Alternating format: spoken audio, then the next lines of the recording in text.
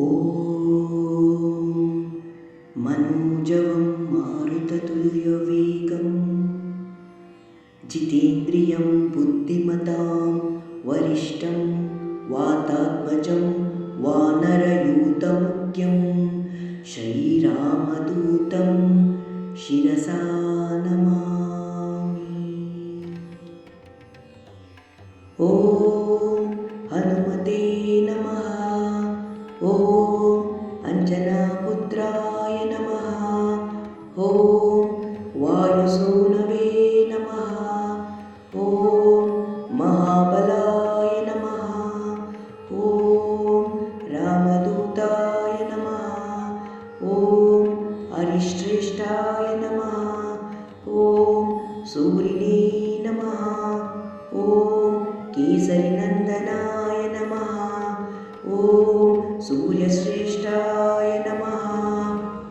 ॐ महाकायाय नमः। ॐ वज्रिणे नमः। ॐ वज्रप्रहारवते नमः। ॐ महासत्त्वाय नमः। ॐ महारूपाय नमः। ॐ ब्राह्मण्याय नमः। ॐ ब्राह्मणप्रियाय नमः।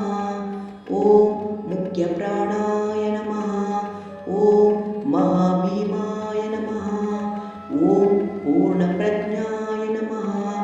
ॐ महागुरुवे नमः। ॐ ब्रह्मचारिणे नमः। ॐ वृक्षधराय नमः। ॐ पुण्याय नमः। ॐ श्रीरामकिङ्कराय नमः।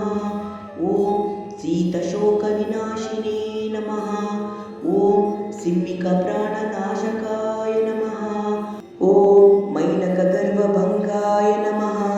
ॐ छायाग्रहनिवारकाय नमः। ॐ लङ्कामोक्षप्रदाय नमः। ॐ देवाय नमः। ॐ सीतामार्गणतत्पराय नमः। ॐ रामाङ्गुलिप्रदात्रे नमः। ॐ सीताहर्षविवर्धनाय नमः। ॐ महारूपधराय नमः। ॐ दिव्याय नमः। ॐ अशोकवननाशकाय नमः। ॐ मन्त्रीपुत्रहराय नमः।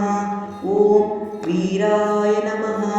ॐ पञ्चसेनाग्रमर्दनाय नमः। ॐ दशकण्ठसुताग्नाय नमः। ॐ ब्रह्मास्त्रवशगाय नमः। ॐ अव्ययाय नमः। ॐ दशास्य सल्लापपराय नमः। ॐ लङ्कापुरविदाहकाय नमः। ॐ तीर्णाब्दये नमः। ॐ कपिराजाय नमः। ॐ कपियूथप्ररञ्जकाय नमः। ॐ चूडामणिप्रदात्रे नमः। ॐ श्रीवश्याय नमः। ॐ प्रियदर्शकाय नमः। ॐ कौपीनकुण्डलधराय नमः। ॐ कनकाङ्गदभूषणाय नमः। ॐ सर्वशास्त्रसुसम्पन्नाय नमः। ॐ सर्वज्ञाय नमः। ॐ ज्ञानदोत्तमाय नमः। ॐ मुख्यप्राणाय नमः। ॐ महावेगाय नमः।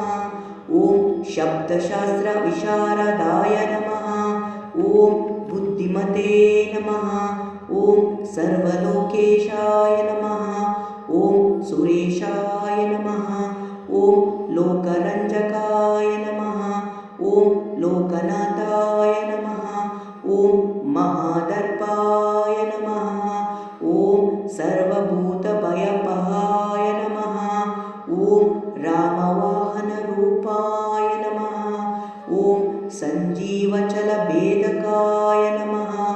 ॐ कपिनां प्राणदात्रे नमः। ॐ लक्ष्मणप्राणरक्षकाय नमः। ॐ रामपादसमीपस्थाय नमः। ॐ लोहितास्याय नमः। ॐ महाहनवे नमः। ॐ रामसन्देशकर्त्रे नमः।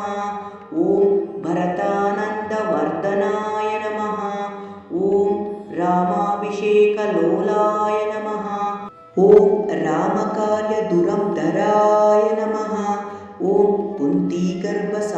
भीमवनाय नमः ॐ भीमाय नमः ॐ भीमपरक्रमाय नमः ॐ लक्षागृहद्विनिर्मुक्ताय नमः ॐ इडम्बसुरमर्दनाय नमः ॐ धर्मानुजाय नमः ॐ पाण्डुपुत्राय नमः ॐ धनञ्जयसहायवते नमः ॐ बालासुरवधोद्योक्ताय नमः ॐ तद्ग्रामपरिरक्षकाय नमः ॐ नित्यं भिक्षाहाररताय नमः ॐ कुलालगृहमध्यगाय नमः ॐ पाञ्चाल्युद्वाहा सञ्जातसम्मोदाय नमः ॐ बहुकान्तिमते नमः ॐ विराटनगरे गूढाचाराय नमः ॐ कीचकमर्दनाय नमः ॐ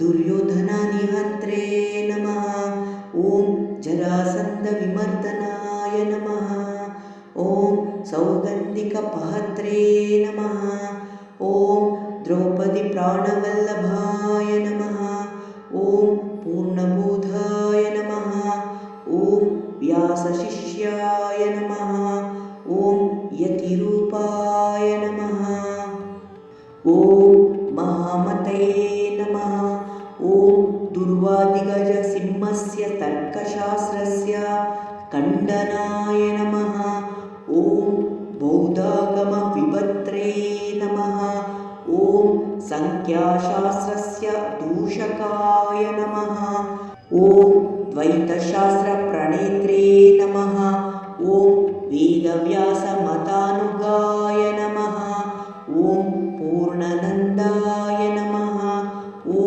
पूर्णसत्त्वाय नमः ॐ पूर्णवैराग्यसागराय नमः इति श्री हनुमान् अष्टोत्तरशतनामावली सम्पूर्णम्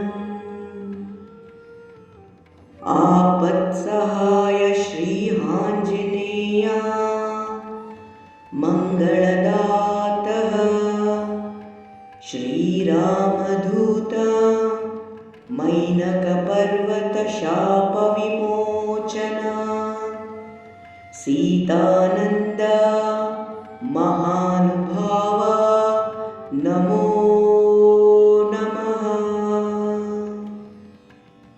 ॐ